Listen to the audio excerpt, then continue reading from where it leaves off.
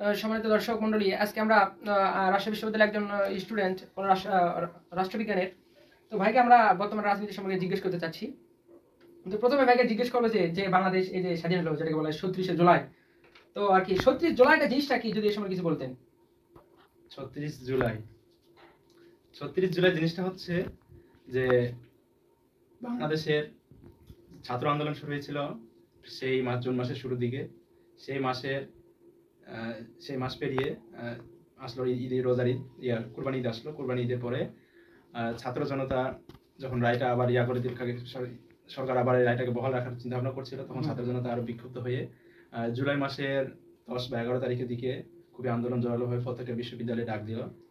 তারপর থেকে যখন সরকার হচ্ছে এই যে 15-16 তারিখের দিকে, তখন ছাত্রদের উপর তার সন্ত্রাসী গোষ্ঠী ছাত্রলীগ এবং তার তার বাহিনীকে লেলিয়ে দিল। তারপর থেকে ছাত্র জনতা বিক্ষুব্ধ হয়ে আন্দোলনের ডাক দিল। সেটা 5 আগস্ট পর্যন্ত গড়িয়ে গেছিল। তা এই জুলাই মাসের 31 তারিখ থেকে 5 তারিখ হিসাব করলে দেখা যায় যে আমরা 36 জুলাই গিয়ে পৌঁছে যাচ্ছি। ভাইতে প্রশ্ন পেলাম যে 36 জুলাই নামকরণ কারণ কি, 36 জুলাইয়ের সাথে 5 যোগ করলে যেটা 36 হয় আর কি, এটাকে ছাত্ররা জুলাই মাস হিসেবে আর কি করা হয়েছে। তো সম্মানিত দর্শক, আমরা ভাইটিকে যে দ্বিতীয় নম্বর যে প্রশ্নটি করতে চাচ্ছি সেটা হচ্ছে যে বাংলাদেশে যে স্বাধীন হলো, আমরা বর্তমানে কিন্তু স্বাধীন, আমরা সবাই স্বাধীনভাবে মত প্রকাশ করতে পারছি। তো কোন দলকে ক্ষমতায় আপনি দেখতে চান, বা কোন দলের কেমন, কোন দলকে আমি দেখতে চাই যে দলই ক্ষমতায় আসুক, যারাই আসুক, তারা হবে জনকল্যাণধর্মী। তারা মানুষের অধিকার নিয়ে কাজ করবে, তারা মানুষের চাওয়া নিয়ে কাজ করবে, তারা মানুষের বিপদে সবসময় পাশে থাকবে, ঢাল হয়ে দাঁড়াবে। আমি এমন দলকে আমি ক্ষমতা দেখতে চাই। এমন দল যে যারা হবে তারা ইনশাল্লাহ আগামীতে ক্ষমতায় আসবে ইনশাল্লাহ। তো যাই হোক, আমরা দেখতেছি যে মানুষের কিন্তু এখন অধিকাংশ মানুষ বিএনপিকে চাচ্ছে। আবার ছাত্র জনতা যারা আসলে আন্দোলনে শরীর ছিল, যারা আন্দোলনের কিন্তু মূল স্টেক হোল্ডার, যারা মূল অংশীদার, তারা কিন্তু আসলে বিএনপিকে চাচ্ছে না। কারণ বিএনপির যে দুর্নীতি, অনাচার, অবিচার, তারা কিন্তু সেটাকে দেখেছে, এজন্য তারা বিএনপিকে চাচ্ছে না। তো তাহলে এখানে কি হতে পারে? আর জামাত ইসলামী কিন্তু একটা ভালো পজিশন রয়েছে বর্তমানে। তো আসলে এরা সময় দিতে চাচ্ছে, কিন্তু বিএনপি আসলে সময় দিতে যাচ্ছে না এই সরকারকে, তারা তাড়াতাড়ি নির্বাচন চাচ্ছে। তো এটার কারণ কি, বা এখন এটাকে আপনি কিভাবে দেখছেন? আমি কোনো দলকে ছোট করছি না, তবে আমার ভুল ত্রুটিগুলো তুলে ধরা দরকার। যেটা হচ্ছে যে কোনো একটা বিষয় আমরা যদি একটা ভাঙা ঘরকে ঠিক করতে যাই, অবশ্যই সময় দিতে হবে। আমি যদি চাই যে একটা ভাঙা ঘরের উপরে যদি আমি কাঁচা ইট দিয়ে 5 তলা বানানোর চিন্তা ভাবনা করি একদিনের মধ্যে, তাহলে কি সম্ভব না। সেক্ষেত্রে পুরো বাংলাদেশ ঠিক সেম অবস্থায় দাঁড়িয়ে আছে। পুলিশ বাহিনী ঠিক নাই, তারপরে সেনাবাহিনী মোটামুটি ঠিক আছে, তারপরে যে বিভিন্ন ধরনের যে ইয়াগুলো আছে, আমাদের সরকারি প্রতিষ্ঠানগুলো আছে, সেগুলোতে অনেক পদের রদবদল হচ্ছে। এই বিষয়গুলোতে যদি আমরা একটা স্থিতিশীল পরিবেশ নিয়ে আসার জন্য প্রত্যাশা করি, তাহলে আমাদেরকে অবশ্যই সময় দিতে হবে অন্তর্বর্তীকালীন সরকারকে, নচেত এই পরিণতি আরো একটু খারাপের দিকে যাবে।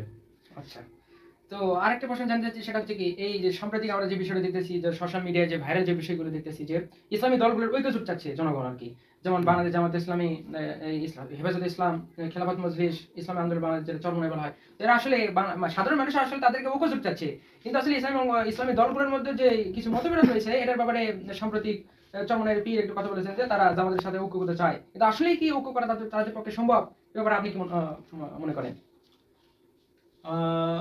দেখুন, বর্তমানে অবস্থা যেরকম চলছে, যে আমরা খুব ক্রান্তিকালীন সময় পার করছি, এবং এই সময়ে আমাদের উচিত হবে যে আমাদের যে সমস্যাগুলো আছে আমরা নিজেদের মধ্যে সমাধান করে আমরা একটা ঐক্যের মধ্যে আসি।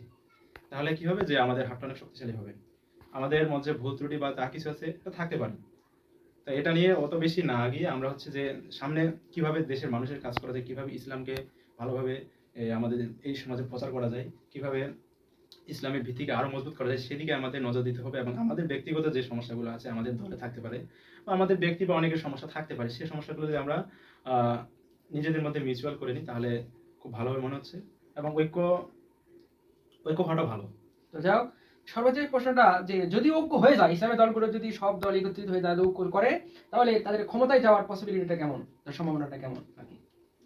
এই মধ্যে যেহেতু দেখা যাচ্ছে যে বাংলাদেশ হচ্ছে যে 96% বাংলাদেশে মুসলিম বসবাস করে, তো এই 96% মানুষ স্বভাবতই চাবে যে আমাদের প্রতিনিধিগুলোই ক্ষমতায় আসুক, বা আমাদের যারা মুসলিম প্রার্থীগুলো আছে তারাই ক্ষমতায় আসুক, বা ইসলামী দলগুলোই ক্ষমতায় আসুক।